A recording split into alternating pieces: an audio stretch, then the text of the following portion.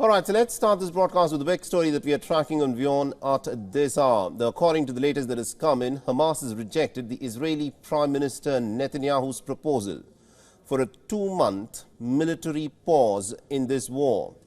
Now, Hamas has refused the deal until Israel agrees to end its offensive permanently. So what's next? Well, mediators such as Qatar, Egypt and even the United States are now making some efforts to try and convince Hamas for a 1-month truce and a partial hostage release, which will then be followed by an end to the war. However, Hamas has maintained and expressed its doubts. Hamas has asked for guarantees over the permanent ceasefire before it agrees for the release of any more hostages. Now, the Israeli proposal is part of Netanyahu's multi-phase deal, which includes the release of all remaining Israeli captives. Now, the message for the truce was also conveyed to Hamas by the Qatari and the Egyptian mediators.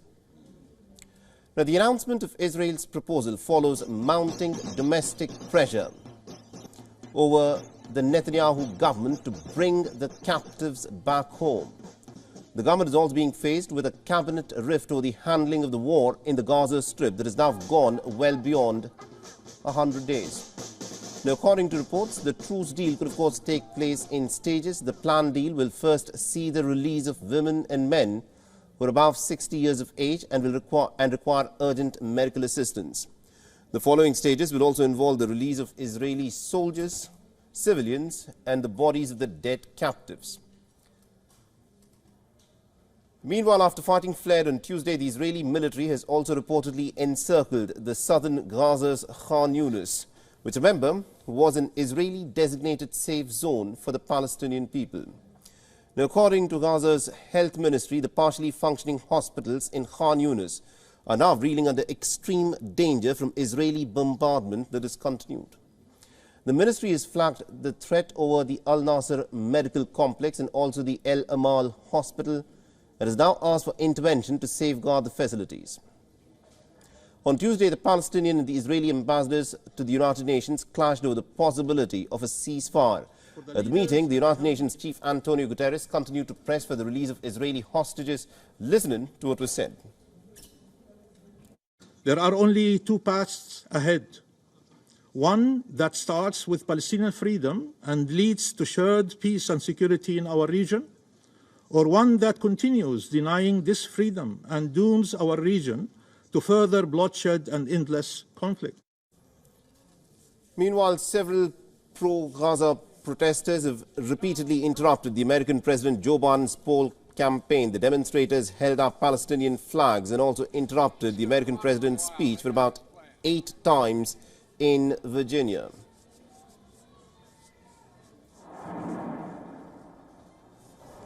Meanwhile, the Iran-backed Lebanese militant group Hezbollah has claimed to have hit the Israeli airbase of Mount Meron for the second time in a month. The group has also released a video of missiles being fired, saying that the retaliation was over Israeli attacks on Lebanon and Syria.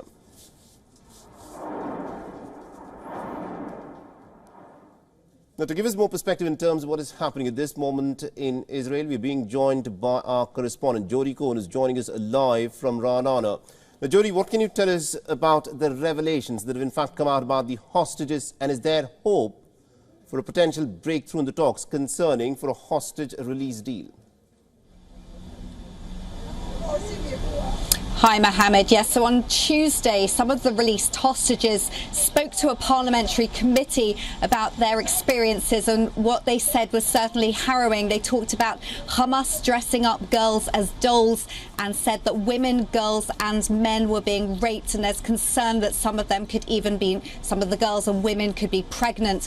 We know that there are 136 remaining hostages still in Gaza, including 19 females, and the youngest girl is just 13 18 years old. And today, throughout Israel and also in New York, we're going to be seeing women's group rallying to call on the government to be doing everything they can to get to a hostage release deal. Now, I asked Eylon Levy, who's one of the Israeli government spokespeople, about Israel's negotiations to free the hostages. He said that Israel is doing everything it can to bring back the hostages who Israel fears are, quote, being tortured, raped and executed in Hamas terror dungeons. Now, according to reports, Hamas and Israel have broadly agreed to principles. I want to say this cautiously. These are reportedly broad principles and not a deal that's been agreed, but the principles include a 1-month pause in fighting, the early release of a number of Palestinian security prisoners and freeing a number of Israeli hostages. Now, there's been no announcement, there's been no agreement at this stage on this. Right. Mediation efforts, we know, are continuing, and Qatar, the US and Egypt are involved in those, and the White House's Middle East envoy Brett McGurk is in the region this week for those talks. Right, now very interesting. Now, and also, Jody, can you tell us what are at this moment some of the main sticking points to reaching a deal at this stage? So according to several sources, Hamas is looking for a package deal. They don't just want to agree a hostage release deal now. They want to agree the future conditions for a permanent ceasefire. Now, Israel reportedly wants to see a phased approach. Israel has offered a 2-month pause, including Hamas leaders being allowed to relocate abroad, and the early release of a significant number of Palestinian security prisoners and the release of all the hostages. Now, according to an Egyptian official, Hamas has rejected this offer. Hamas leaders don't want to leave Gaza and they want a full ceasefire. Israel has said that they can't have a ceasefire with Hamas on their border because Hamas has said that they're planning more 7th of October style massacres against Israel, and that would be a threat on Israel's border, and they say that we're just then going to see a repeat of this whole situation. So it remains to be seen how the negotiations developed, but in the latest we've just heard that an Israeli official has said there's been no breakthrough and that this will take time. All right. Thank you very much indeed, Jody Cohen, for getting us that perspective there from Israel. Thank you. WION is now available in your country. Download the app now and get all the news on the move.